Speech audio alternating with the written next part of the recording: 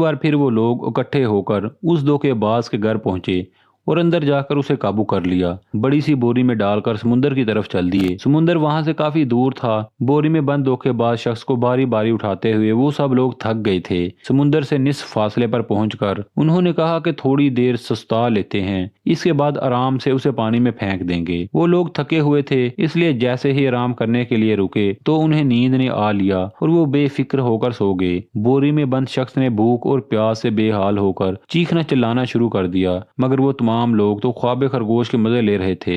इसी असना में वहां से एक चरवाहे का गुजर हुआ। उसने देखा कि लोगों का एक जमे गफीर आड़ा तिरछा होकर सो रहा है और एक तरफ पड़ी बोरी से चीखने चिल्लाने की आवाजें आ रही हैं। उसने भेड़ बकरियों को एक तरफ खड़ा किया और आगे बढ़कर जब बोरी खोली तो उसने देखा कि उसके अंदर तो कोई शख्स बंद है। चरवाहे ने पूछा कि ऐ शख्स तू कौन है? ये इर्द गिर्द सोए हुए लोग कौन हैं और तुझे बोरी में क्यों बंद किया हुआ है? ये माजरा क्या है? धोखेबाज ने कहा, सुनो, ये तमाम लोग मेरे खानदान के हैं। ये मेरी शादी समुंदर पार एक शहजादी से जबरदस्ती कराना चाहते हैं, मगर मुझे मालो दौलत की जरा भी हवस नहीं। मैं तो अपनी चचाजाद लड़की से मोहब्बत करता हूँ। चौराहा उसकी बातें सुनकर बड़ा मुतासर हुआ और कहने लगा, बताओ मैं तुम्हारे किस काम आ सकता हूँ? धोखेबाज कहने लगा, हाँ हाँ क्यों नहीं, तुम मेरी जगह इस बोरी में आ जाओ और जब शहजादी के सामने बंद बोरी खुलेगी तो फिर इसका तुमसे शादी करने के सिवा कोई चारा नहीं होगा। चरवाहा ये सुनकर खुश हो गया और हंसी खुशी उस धोखेबाज की जगह बोरी में बंद होकर बैठ गया। धोखेबाज ने वहां से चरवाहे की भेड़ बकरियों को साथ लिया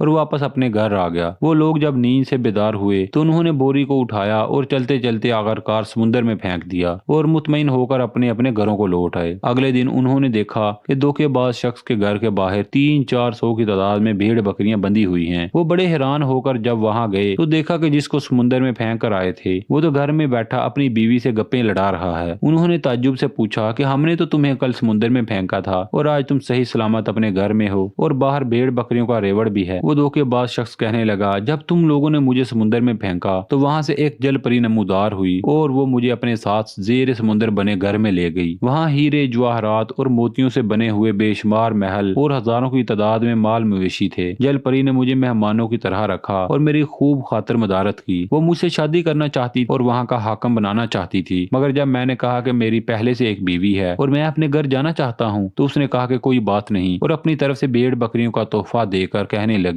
कि अगर तुम्हारे इलाके में कोई ऐसा हुआ जो यहाँ की जल परियों से शादी करके यहाँ ऐशो इशरत की जिंदगी गुजारना चाहता हो तो उसे यहाँ ले आना। ये बात सुनने की देर थी कि वहाँ आए हुए तमाम बूढ़े और जवान कहने लगे, हम वहाँ जाना चाहते हैं और वहाँ जाकर हाकम बनना चाहते हैं। उस धोखेबाज शख्स ने कहा कि तुम तो सिर्फ चंद अफराद हो, अगर इस कस्बे के तमाम लोग भी वहाँ चले जाएं तो फिर भी कम है। उन्होंने कहा, हम कस्बे के हर शख्स को अपने साथ जाने के लिए राजी कर लेंगे। धोखेबाज ने कहा, ठीक है, कल सुबह के वक्त समुंदर के किनारे हर शख्स अपने लिए एक बोरी और एक रस्सी लेकर पहुंच जाए और वहां पहुंचकर हर शख्स एक दूसरे को बोरी में बंद करने में मदद करेगा। अगले रोज सुबह के वक्त धोखेबाज शख्स ने सबको बोरी में बंद किया और अपनी बीवी की मदद से तमाम बोरियों को समुंदर में फेंक दिया। इसके बाद वो बेवकूफों के कस्बे का तनहा मालिक बन गया।